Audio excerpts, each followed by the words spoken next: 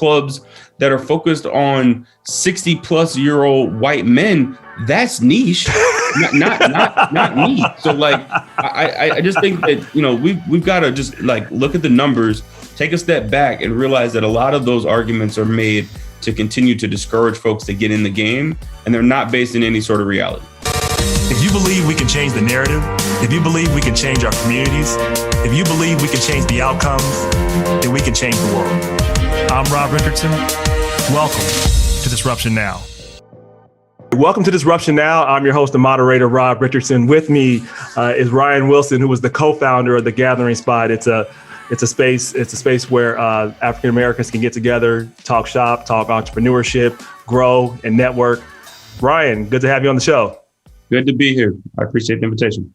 Oh, no problem, man. So, you started The Gathering Spot, 5 years ago? So we've been open 5 years in Atlanta, but the process to start TGS really has been going on 8 years or so. It took me 3 years of just working on the business. We started out of my apartment in Washington, D.C. And so that was a 3-year long journey before we actually opened. Before you even opened walk us through that process, because people say, yes, you opened 5 years ago, but there was 3 years before that process even started.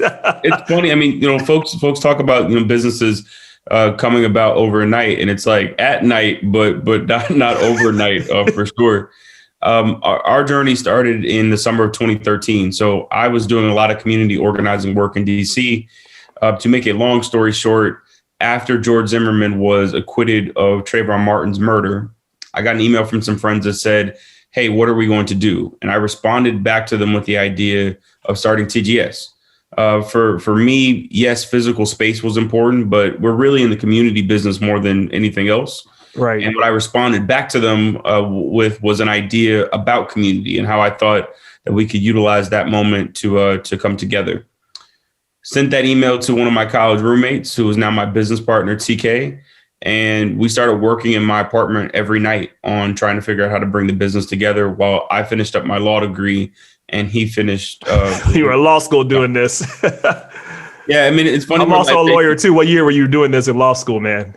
So I started this right after my 1L year. So I had all of 2L and all of 3L while I was working on the company. But it was surprising in one sense, because I'd always planned on being a lawyer. I went to Georgetown for undergrad for preparation to eventually go to law school. I didn't know that I was going to stay at Georgetown for law school, but I did.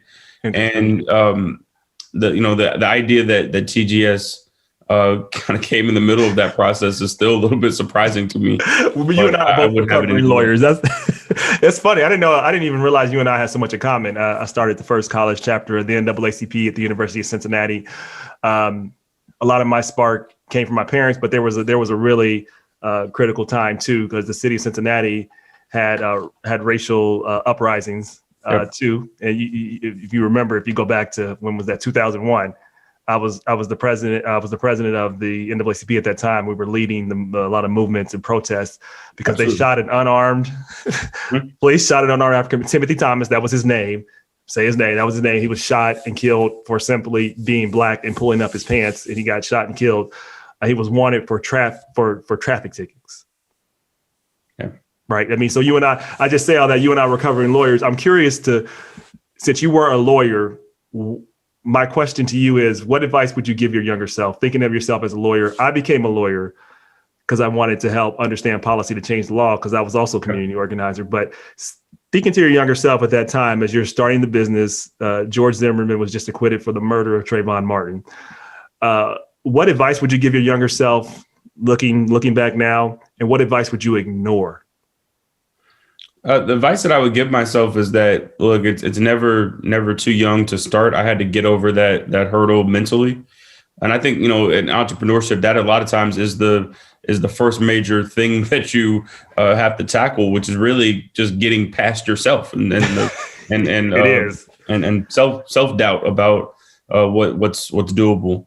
And you almost got to think opposite after you like a lawyer, because a lawyer, like the reason why I think like a lawyer last, I tell people, because lawyers, how they train you is all the risks to assess everything that could go wrong.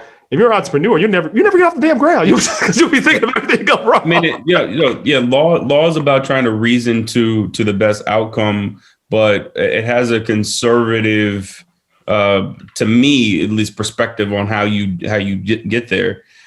This was the exact opposite. I mean, being an entrepreneur is like running towards a brick wall, fully knowing that the wall is there and just believing that somehow you won't go splat and the wall will continue to back up as you move forward. And wow, so, no, I love that statement.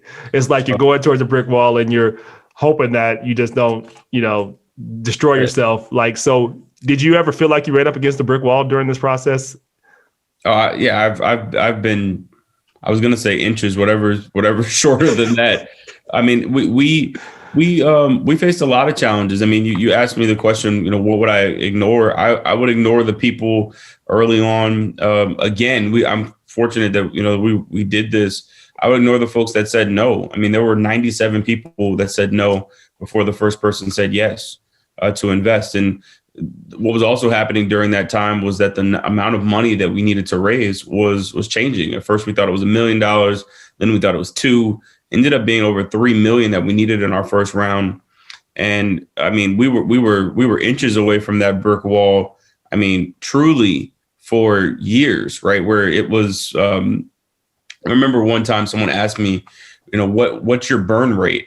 And I looked at them and I wanted to cry because we didn't have a burn rate. We needed to go and figure out how to make money this week to survive. Right. Or we'll be out of business. Right. So the business has been profitable since inception, but the business had to be profitable because we didn't have the resources to burn early on.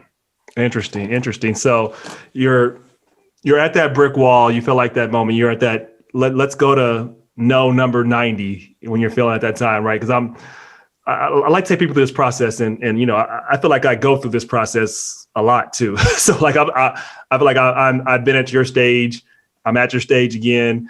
And because to me, it's not linear. So how do you walk us through when you're at your 90th or 94th and your approach to doing the pitch? Like, how did you go about not, first of all, getting past yourself and not just being discouraged? Because that's a lot. People could say it's easy to do, but it is not. Like, and then did you learn anything from, okay, how can I approach this better? Am I approaching the right people? Do I need to improve my methods? Like, talk about when you were on that right inches from killing yourself on that wall. We were definitely getting better at the pitches as time went on. I mean, I will say when we started that process, we weren't very good at articulating what the business was. And we certainly were not good at articulating how we were going to drive a return on folks' investment. To us early, it was like we were very concept driven. We wanted to talk to you about our passion for what we were doing. Yeah. And that's all well and good, but I would encourage any entrepreneur to get very, very well acquainted with your model to be able to explain it to folks in a way that gives them confidence that they're going to get their money back. As simple as that sounds, that wasn't something that we put on the table early in conversations or demonstrated a command of. Right. And I think it led to folks not having the sort of belief in some instances. Now, in others, I felt like we did a really good job. And as we got kind of down the stretch, we were doing well there. Y'all, the thing about this more than anything when you're pitching is that you've got to get into the mindset that it is really the investor that is crazy, not you. I used to start to hunt for those no's because to me, the investor that's crazy, not you. I like this. Go ahead. Yeah. The reason why I looked at it that way is that if you look at anything disruptive, almost by definition, folks do not or should not understand what you're talking about early. If they get it fast, then they probably have seen it before, and you've got to figure out how to differentiate yourself in a different way. But if you're getting like hard no's and folks saying that just absolutely doesn't make sense, yeah, those are the opportunities that really end up becoming meaningful. Because again, if folks haven't seen it before, and you're right, then you're creating something that will drive real value. So we collectively as a team had convinced ourselves of that, and when folks would tell us no, it was not we weren't seeing it, but like they weren't seeing it and they would regret later. I'm proud to say that now years after, we went through that part of the journey, several of those people have come back and said, you saw something that I couldn't see. We're the largest city club in Atlanta, like awesome. Of any category. Right. And if you go back to those conversations, folks were telling me that there was no way that we would even make it like through the first couple of months. So you almost need those no's in order to really be on to a bigger yes, is how we framed it.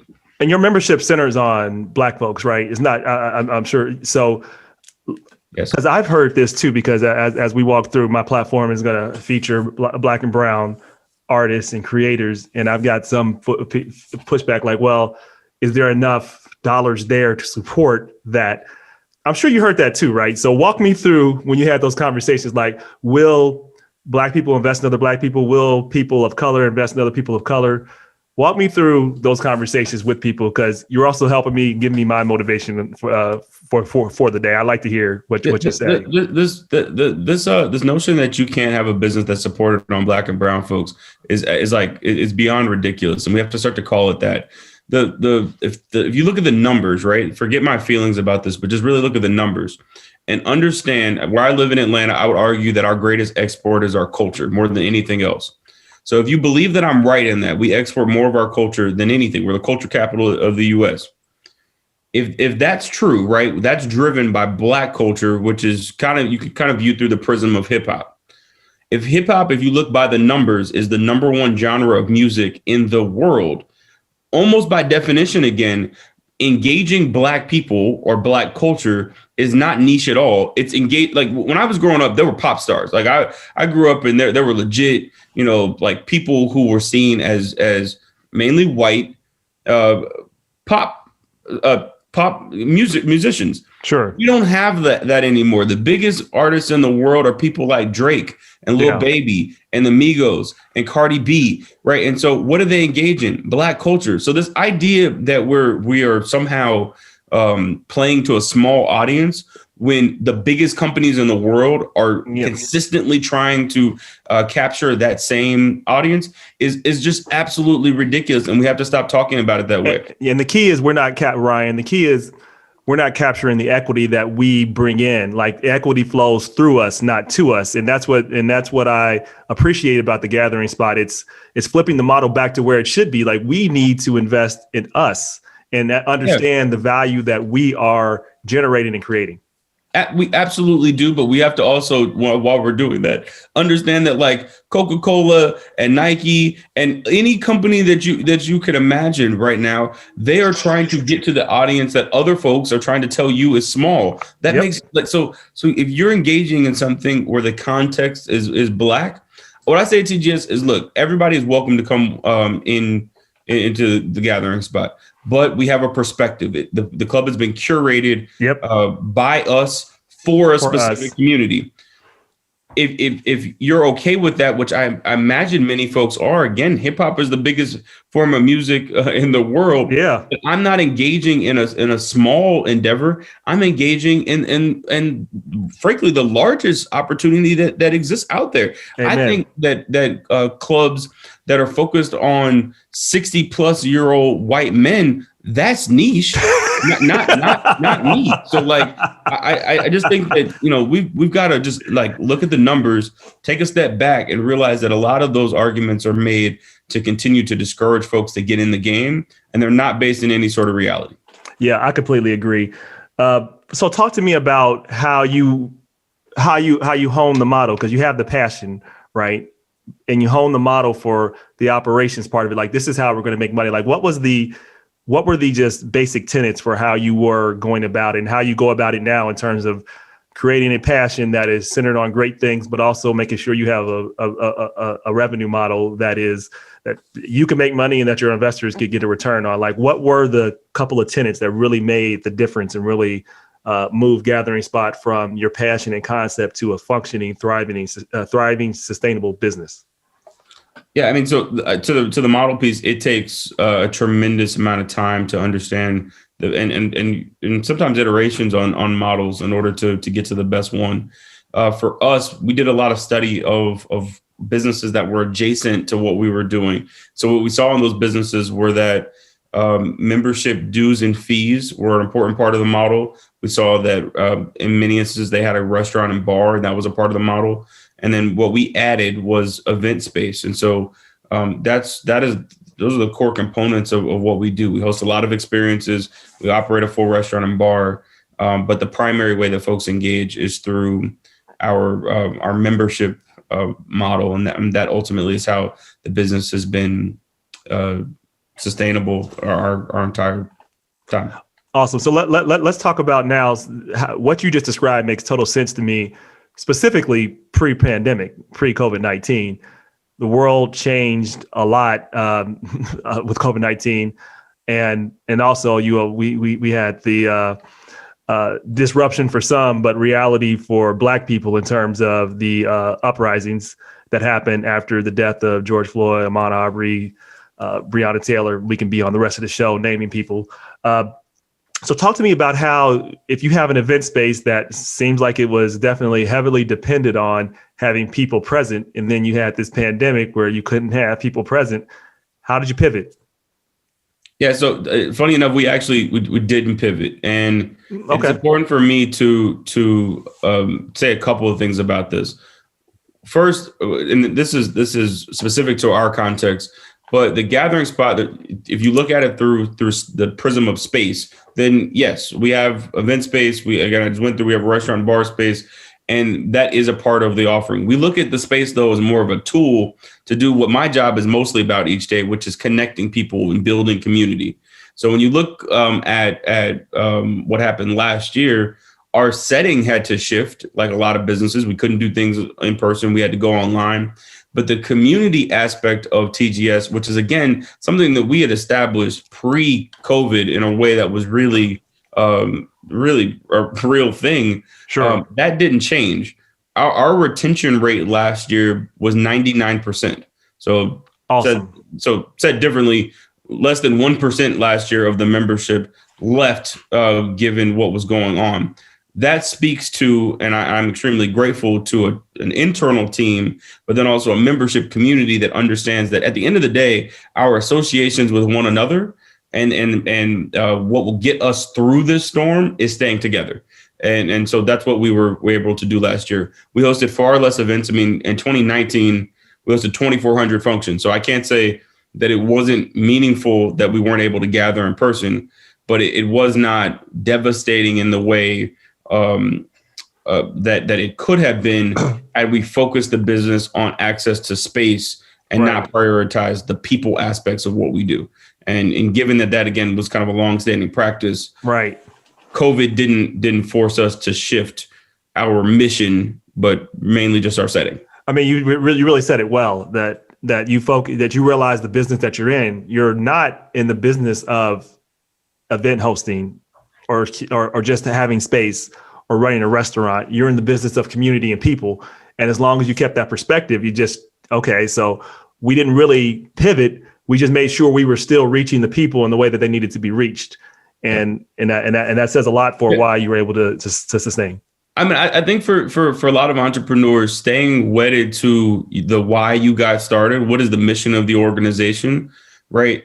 It starts to change this question of what a pivot is, especially during crisis, right? Because for many of us, the mission can't really ever change. Exactly. Circumstances will change all around us all the time, which will require us to move a little bit differently, right? But you don't have to really change your why. So the why for us didn't change last year. The how did. The how changed. And the how is always going to change to a certain extent is how I looked at it. I mean, and look, I am not trying to downplay the significance of what COVID brought, especially for Black-owned businesses last year. No question. But right, if there's a group that is prepared to be able to weather and come out on the other side of that storm, it is Black entrepreneurs. We know crisis. We live crisis. No hard circumstance. There are really other communities that outside of the financial resources piece of this, but just like mentally having the wherewithal to get through, we have that because we do that on an ongoing basis. And so contextualized that way, I think that, again, COVID was very, very rough. But I think that we will see a resurgence of our businesses in a way. I agree. Because I think this is a moment possible last year. Because I mean, look, we know how to do this. Yeah, we do. You and I talked about this offline, but this moment right now, the COVID-19 and also the combination of the awareness for Americans, we're always aware that we're Black. We're always aware that we don't have the same level of justice, but right now there is more attention to it than it has been any time in my lifetime. I can say, right? I mean, we're young enough. We didn't live through the 60s and 70s, so in our lifetime, this is a really pivotal moment. And I tell people that in combination of just the moment of what's going on the internet, like the internet is having a moment, just like it did when it first started in 1999, when people really got into it, just like in around 2010s, when there started to be this centralization of social media networks. Now we're in that third stage. And I believe COVID-19, Ryan, was a disruptor, but I believe it was more of an accelerator of trends. Like we were already going to go virtual. I think it just got us there faster. So I'm telling people right now, this is a moment in time. And if you're not in it, you're not looking for the opportunity, it will go past you and then the door will shut. And this is a unique moment to me. Talk to about what you see as just the landscape because of COVID-19 and how I think it changed perspective. I do think we are going to be different now. There's a next normal and things are not going to be exactly like they were before the pandemic. What are your thoughts on just like this moment and speak a little more about how you think Black and brown entrepreneurs should be viewing this landscape in this moment right now? Yeah, I mean, I agree with you. This is a really unique time. And there are certain things that will forever be changed. But I would, again, categorize most of those changes in the how bucket and not the why. Yeah. Right. And I think that what Black folks are really good at being able to do is to come up with creative new ways on how to do things. Right. And so that's why we're going to be able to meet the needs of this new moment. But I would question the folks that believe that the why is going to change. The why never changes. The fundamentals are going to stay the fundamentals, right? And the trends that we're seeing, they're new modes of communication and doing business with one another. But I don't think that they're fundamentally revolutionizing our need for connection and community, or creativity. I agree. These are all enhancements on those things, which, again, I think Black folks are have proven over time to be extremely well prepared to meet the needs of new trends. Right. So I look at it as an amazing time to be Black for that reason alone, because we know how to create and do new stuff. And there's now leads others to follow. You're right. And the why hasn't changed, but there are more opportunities, I would say. So when you look at like you and I mean, I used to have to do, when I did my interviews, a lot of people wanted to do them in person. Like, I'd rather meet you in person. Let me know when you come to Atlanta, because I would come to Atlanta or other places and tape. Yeah. But now it's I can do this and I'm still going to go in person. But the thing is, you can now take advantage and network with people in an additional way that has now been socialized. Like this wasn't, you can now do, you now don't have to necessarily go out and meet with an investor in San Francisco, spend $2,000 to go down and sit with he or she. You don't need to do that. Like you can now have a Zoom, have that presentation and get the funding without having to do any of that. I think there's an advantage there. I think there's an advantage to the democratization of this process. I think, as you know, we're building out an NFT platform. Like you can now build out platforms and it's not so cost prohibitive where you don't have to have $1 million up front in order to build things. Like that's not the entry point anymore. You still got to have some capital. You still got to have connections. You still got to build. You still got to do the basics.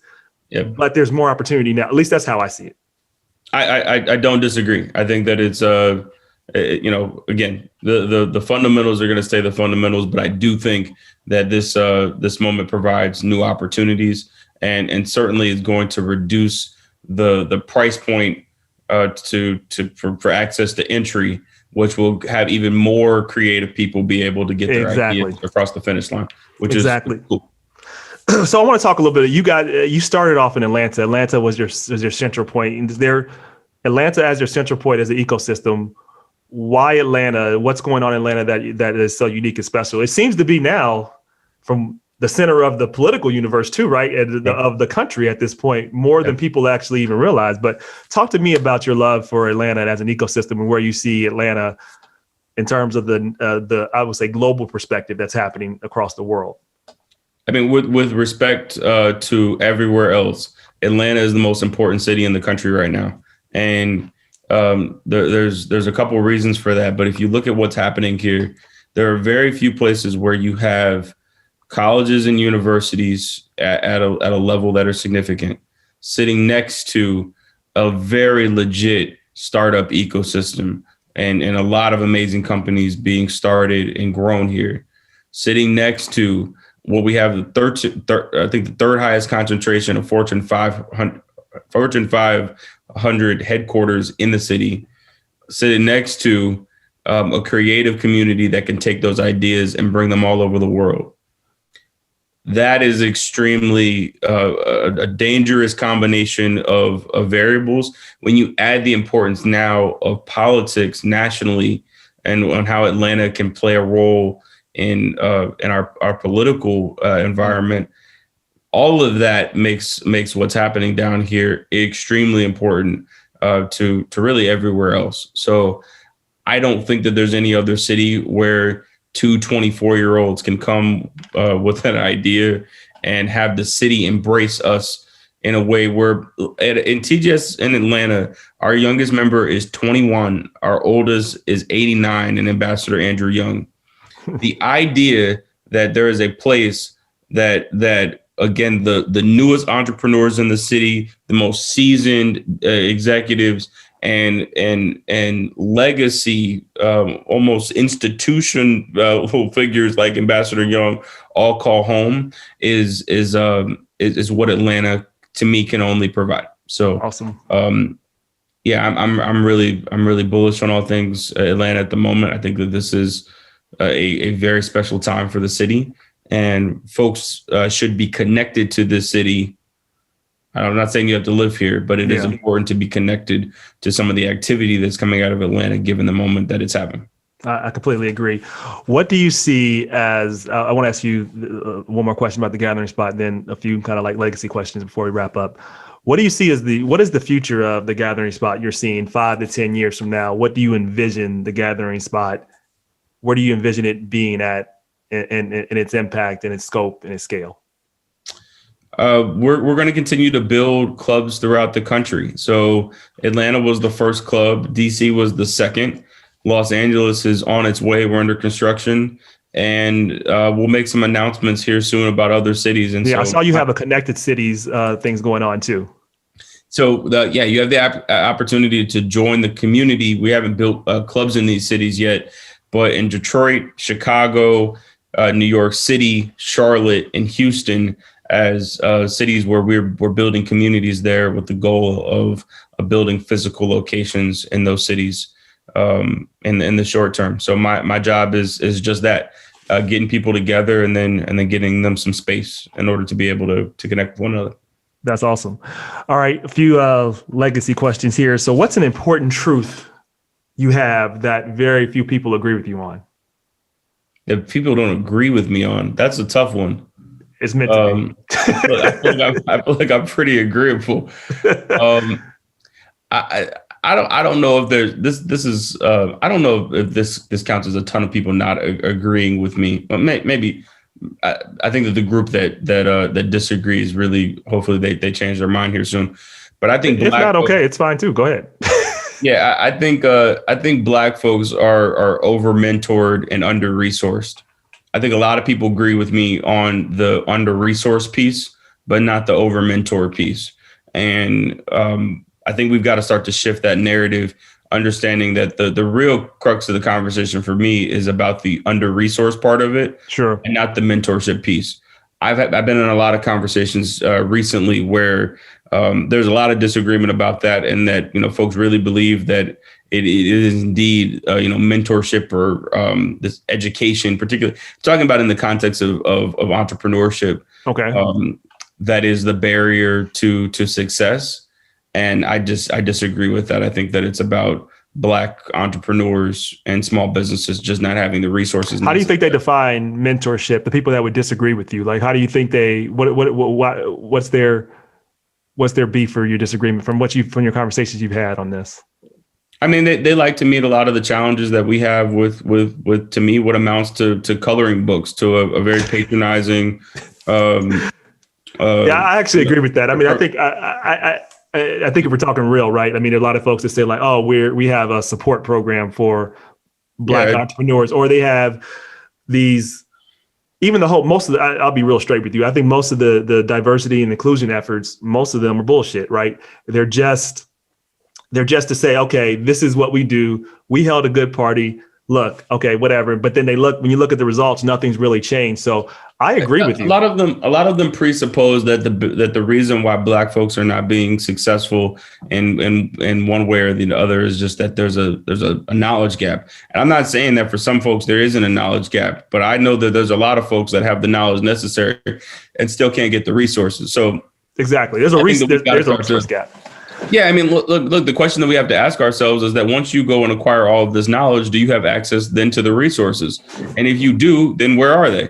Right? Because I mean, if you look at the numbers on this, we are disproportionately underfunded, and I'm not just talking about venture capital. I'm talking about the traditional bank capital. Yeah. Traditional debt. We don't have access to those platforms, and so yeah. Again, I think that a lot of folks disagree with the perspective that we have to spend less time lecturing Black folks around what information they don't have, and more time trying to figure out how we're going to get them resources so that they can put those ideas in the marketplace like everybody else. I completely agree. And how I see, the only thing I can see is if it's, to me, because I don't think it's real mentorship. Like a real mentorship is someone giving you connections and getting you the resources you need. And it's sometimes capital, it's often capital, but it's not always directly capital. Well, sometimes you can partner with a corporation that can be your back support for something. They can do all your advertising, so that saves you capital, or they can give you support, not always knowledge you need, but sometimes you just need the infrastructure that a larger organization can give. But if your network is not providing you more net worth, it's not a real network. So I mean, like so to me, when people talk like it's this false sense of what it really means, and it is kind of patronizing. Like, oh well, we have a program where we just talk to folks. Like, okay, so how is the program? Tell me how it's connected it to opportunities if it's a corporation into the supply chain. Tell me about how much dollars you've invested, because if your programs don't do that, they don't count. That's what so I think you and I agree there. So if you had a team of advisors, you get to pick 3 people, living or dead, to advise you on life, business, personal. These people, again, they can be living or dead. Who would they be and why? We'll start really close to home. I'm fortunate my parents are entrepreneurs, and so my dad has been an advisor through this process the entire time. I'd add to that Reginald Lewis for, I think his mindset was the one that is needed. I mean, he was extremely successful in business.